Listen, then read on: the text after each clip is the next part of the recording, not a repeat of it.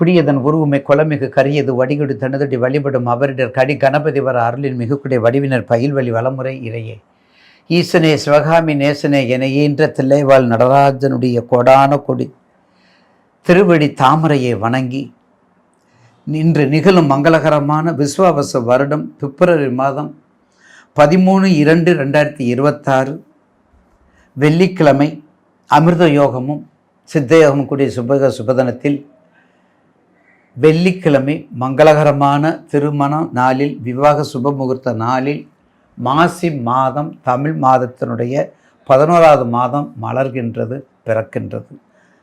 மாசிக்கு மட்டும் பிறக்கின்றது சொல்வதை விட மலர்கின்றது சொல்வது அது மகத்தான உன்னத நிலையாக பெருமையாக இருக்கும். ஏனென்றால் மாசி படர், மாசினாலே நமக்கு எல்லா வகையிலையும் லாபத்தை கொடுக்கக்கூடிய மாதம். ஜோதிடத்துறையில் கும்பராசி 11வது இடம், மேசராசிலேருந்து 11 கும்பராசி. தமிழ் மாதங்களில் மாசி மாதம். அப்போ லாபாதிபதியாக இருக்கக்கூடிய கும்பராசி, லாபத்தை கொடுக்கக்கூடிய தமிழ் மாதத்தில் இருக்கக்கூடிய மாசி அனைத்து செல்வத்தையும் கொடுத்து, அதாவது 9 பாக்கியத்தை கொடுத்து, 11ஆம் இடத்தை லாபத்தை கொடுத்து, 12ஆம் இடத்தை இறைவனை தேடுதலை கொடுக்குறார். நம்ம முன்னோர்கள் நமக்கு அற்புதமாக வழிகாட்டியிருக்காங்க, நம்ம தான் தவறாக நினச்சிட்ருக்கிறோம். அந்த வகையிலே மாசி மாதம் 3ஆம் நாளே மகா சிவராத்திரி. அதனுடைய பதிவு பின்னாடி உங்களுக்கு நான் பதிவு செய்கின்றேன், அதனுடைய வரலாற்றை. மாசி 5ஆம் தேதி அமாவாசை, மாசி சிறிய திருவடி, மாசி 18ஆம் தேதி மாசி மகம். 18 முக்கியம். மாசி மகம் ஒவ்வொரு ஆண்டும் மக நட்சத்திரன்று பௌர்ணமியோடு சேர்ந்து வரக்கூடிய மாசி மகம் 12 ஆண்டுக்கு ஒருக்க மகாமகம். அடுத்து நாம் காண இருப்பது ரிஷபராசி. ராசிக்கு 2ல் குரு. இந்த கோட்சாரத்தில் ராசிக்கு 2ல் குரு. இதுவரையும் உங்கள் வீட்டில் தானே இருந்தார்.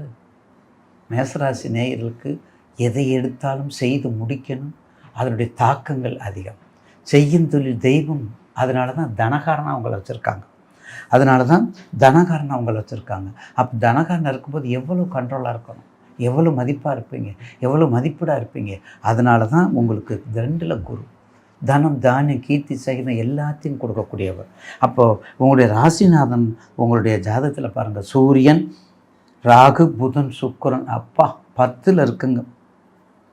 10ல் ப்ரொஃபஷனில் ஜாப்பில். அப்போ என்ன ஆகும், ஏற்கனவே இந்த 2 வருஷத்துக்கு ரிஷபராசியை பற்றி கவலையே பட வேண்டாம். எக்ஸப்ட் யாரை தவிர கடக லக்கணமும் சிம்ம லக்கணமும். கொஞ்சம் கடக லக்கணம் சிம்ம லக்கணம் 70%னா தனுசு மீனமும் ஒரு 40%. அப்படி எடுத்துக்கிட்டிங்கன்னா உங்களுக்கு பாதிப்பு இல்லை. அதனால் கண்டிப்பாக அந்த லக்கணத்தை தவிர மீது எந்த லக்கணம் இருந்தாலும் ரிஷபராசியாக இருக்கக்கூடியவங்களுக்கு, ரிஷபராசியாக இருக்காங்க மேஷ லக்கணம், மிதுன லக்கணம், கன்னியா லக்கணம், இதெல்லாம் கவலையே பட வேண்டாம். உங்கள் ராசிநாதனே 10ல் இருக்கார். அதாவது 10ங்கிறது கர்மாதிபதியாக இருக்கார். உங்கள் தொழில உத்தியோகத்தில் இருக்கார், ஓங்கு விற்கிறார், உச்சிக்கு கொண்டு போகிறாரு. என்ன உத்தியோக ஸ்தானாதிபதியும் சனீஸ்வரன், ஆயுள் ஸ்தானாதிபதியும் சனீஸ்வரன். அப்படிங்கும்போது உங்களை எங்கே எல்லை இல்லாத மகத்துவ கொண்டு போவார். என்ன சப்போர்ட்டாக இருக்கணும், உங்களுடைய தசா புத்தி சப்போர்ட்டாக இருக்கணும். சுக்கிர திசையில் புதன் புத்தி, புதன் திசையில் ராகு புத்தி, புதன் திசையில் சந்திர புத்தி, புதன் திசையில் சனி புத்தி, சனி திசையில் புதன் புத்தி, இப்படியெல்லாம் இருந்ததுன்னா உங்களுக்கு அந்த லக்னத்துக்கு ரிலேட்டிவாக இருக்கக்கூடிய சப்போர்ட் பிளானட் அப்படி இருந்தால் மிக அற்புதமான யோகத்தை செய்யும் உங்களுக்கு. ரிஷபராசி நேயர்களுக்கு கவலையே படாதீங்க. நிச்சயமாக ஏற்கனவே ராசிநாதன், உங்களுடைய ராசிநாதன் 10ல் இருக்கார், 14ல் சனீஸ்வரர் இருக்கார், லாபாதிபதியாக இருக்கார், ராகுவும் சேர்ந்துருக்கார், ராகு புதன் சுக்கிரனாக இருக்காங்க. அப்போ எப்படி இருப்போம், அப்போ உங்களுக்கு அழகாக இருக்கும். எந்த விதமான பிரச்சனையும் இருக்காது, உங்களுக்கு. தசாபுத்தியை மட்டும் பார்த்துக்கணும். ரிஷபராசி நேயர்களுக்கு தசாபுத்தியை பார்த்துக்கோங்க. என்னென்ன தொழில் பண்ணணுங்கிறத பார்த்துக்கணும். அழகு சம்மந்தப்பட்ட தொழில், பெண்கள் சம்மந்தப்பட்ட தொழில், டெக்ஸ்டைல் சம்மந்தப்பட்ட தொழில், இனிப்பு சம்மந்தப்பட்ட தொழில், மீடியாக்கள், திரைத்துறை, சின்னத்துறை, பெரிய துறை, வாகனம், அழகிய வாகனம், வெளிநாடு, முழுக்க வெளிநாடு. ஏன்னா மேஷத்தில் சூரியன் உச்சம், ரிஷபத்தில் சந்திரன் உச்சம்.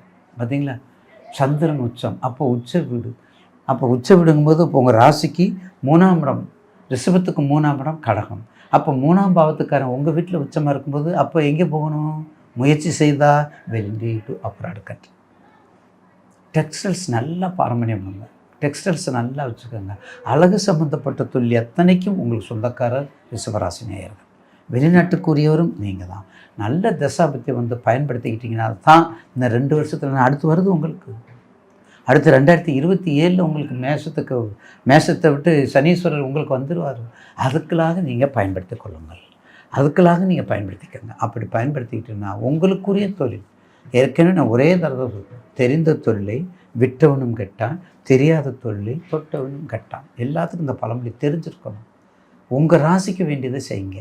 அதோட எனக்கு சில கமெண்ட்ஸ்லாம் வந்திருக்குது. நீங்கள் ஏதாவது எல்லாத்துக்கும் ஒரே ராசிக்கான தொழிலை சொல்கிறீங்க, உங்கள் ராசிக்கு மட்டும் தொழிலை சொல்கிறீங்க, ஆனால் இப்போ நான் அப்படி செய்ய முடியல ஐயா, செய்ய முடியல சுவாமிங்கிறீங்க. வாழ்த்துக்கள் நேயர் பெருமக்களுக்கு மீண்டும் பணிவோடு தெரிவிக்கின்றேன்.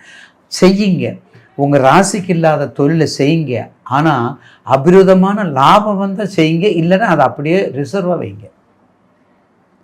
இல்லைன்னா ரிசர்வாக வச்சுக்கோங்க. ரிசர்வாக வச்சுக்கிட்டு உங்களுக்கு வேண்டிய தொழிலை செஞ்சீங்கன்னா உங்களுக்கு உங்கள் ராசிக்குரிய தொழில் நஷ்டமானாலும் லாபத்தை கொடுக்கும். ராசி இல்லாத தொழில் நஷ்டமானாலும் நஷ்டம், லாபமானாலும் நஷ்டம். தெரியாது உங்களுக்கு. அது போய்கிட்டே இருக்கும். கடைசியில் போய் ஸ்டோரேஜ் ஆகி என்ன ஆகும்? வெடிக்க ஆரம்பிச்சிடும். கடன் கொடுக்குறவன் பூரா கொடுக்கல, நம்ம கொடுத்தவன் பூரா கொடுப்பான்னு சொல்லி நான் ஏமாந்துட்டேன். வெளியே தலை காட்ட முடியல, வட்டிக்கு கொடுக்குறதுல வாங்க முடியல, வட்டிக்கு வாங்கி கொடுத்த இடத்துல நம்ம போய் பேச முடியல, நான் நேரம் கொடுக்கல, இன்னொருத்திட்ட வாங்கி கொடுத்தேன்.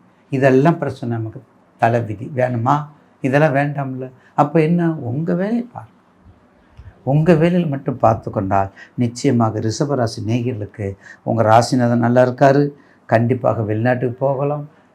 பாக்கிய உங்கள் 9க்கும் 10க்குரிய லாபாதிபதியாக இருக்கார். குரு 2ங்க 6 மாதம். இந்த 6 மாதத்தில் அமோகமான வெற்றி பயணம். இந்த 6 மாதத்தில் அமோகமான உங்களுக்கு எல்லா செயலும் செய்யக்கூடிய நேரம் வந்து விட்டது. மறக்காதீங்க. ரிஷபராசி நேயர்களுக்கு கண்டிப்பாக ராசிக்கு குழந்தைகள், கொஞ்சம் குடும்பங்கள், கொஞ்சம் குலதெய்வ வழிபாடு, இதெல்லாம் நல்லா பண்ணிக்கோங்க. உங்கள் தொழிலையும் நல்லா பண்ணிக்கோங்க. இப்படிலாம் பண்ணிட்டு வந்துட்டால் இந்த மாதத்தில் இருக்கக்கூடிய எல்லா ஃபங்க்ஷனும் வரக்கூடியது மாசி மாதம். இறைவனை வைணவமோ சைவமோ குருநானக்கோ ராகவேந்திராகவா இல்லை நாராயண குருவா இல்லை நமசிவாயமா குகை நமசிவாயமா பாருங்கள். ராமானுஜரா, ரமண மகர்ஷியா, என் தந்தை ரமண மகர்ஷியா, அப்படிப்பட்ட தெய்வ வழிபாடுகள் நல்ல வழிபாடு வந்தால் ஒரு அதாவது என்ன தொழில் பண்ணுறீங்களோ அதை சப்போர்ட்டு மேலே கிடைக்கும். கொஞ்சம் கூட குறையாது உங்களுக்கு. சார் நல்ல டயத்தை நல்லா பயன்படுத்திக்கோங்க. இல்லைங்க எது வந்தாலும் எல்லாரும் ரிஷபராசிக்கு ஆகா ஓகன் இருக்குங்கய்யா, நீங்கள் மட்டும்தான் அப்படி சரியாக சொல்ல மாட்டேங்கிறீங்க. உள்ளது சொல்லணும். பொய் சொல்லுதலும் திருடுதலும் ஆகவே ஆகாது. பொய் சொல்லக்கூடாது, திருடக்கூடாது. துப்புரவு தொழிலிருந்து ஐஏஎஸ் தொழில் வரையும் நம்ம பண்ணலாம். நம்ம பண்ணலாம். பொய் சொல்லக்கூடாது. எங்களை நம்பி எவ்வளவு கற்பனையில் இருக்கிறீங்க, எங்களை நம்பி எவ்வளவு இதில் இருக்கிறீங்க.